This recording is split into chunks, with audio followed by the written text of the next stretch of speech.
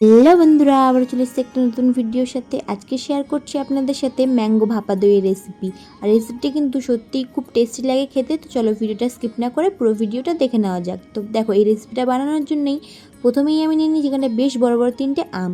তারপরে সবার প্রথমে আমাদের যেটা করতে হবে সেটা হচ্ছে দই থেকে যে এক্সট্রা জলটা ছিল সেটা ঝরিয়ে নিতে হবে। তার জন্য দেখো আমি 1 বাটি পরিমাণে দই নিয়েছি।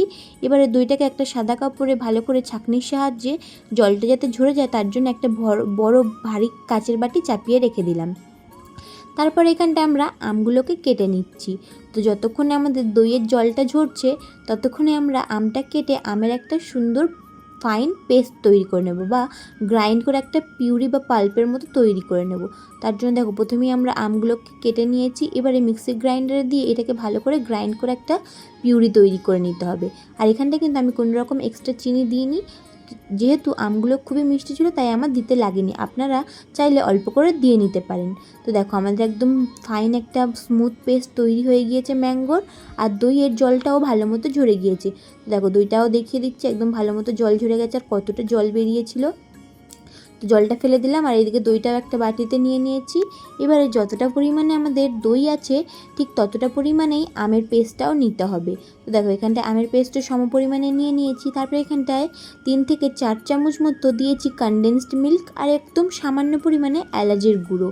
এলাচের যে দানাগুলো হয় সেই দানাগুলো একটু গুঁড়ো করে নিয়েছিলাম। নিয়ে এবারে সব কিছুকে খুব ভালো করে মিশিয়ে দেখো একদম স্মুথ একটা পেস্ট তৈরি করে নিয়েছি।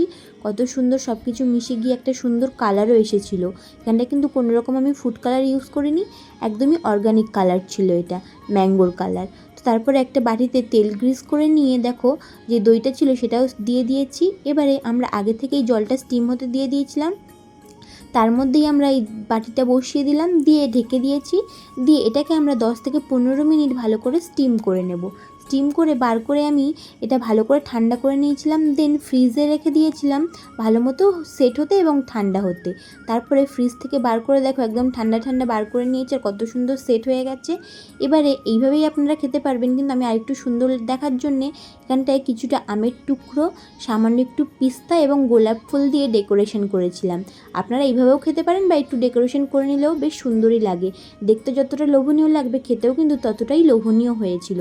তো আপনারাও বাড়িতে এইভাবে অবশ্যই ট্রাই করবেন আর কমেন্ট করে আমাকে জানাবেন আপনাদের কেমন লাগলো। আর এই ভিডিওটা ভালো লাগলে লাইক কমেন্ট এবং শেয়ার করে দেবেন। ভিডিওটি ইউটিউব থেকে দেখলে চ্যানেলটিকে সাবস্ক্রাইব এবং ফেসবুক থেকে দেখলে ফেসবুক পেজটিকে ফলো করে পাশে থাকবেন। আজকের এইটুকুই, আবার দেখবেন নতুন কোনো ভিডিওর সাথে। বাই।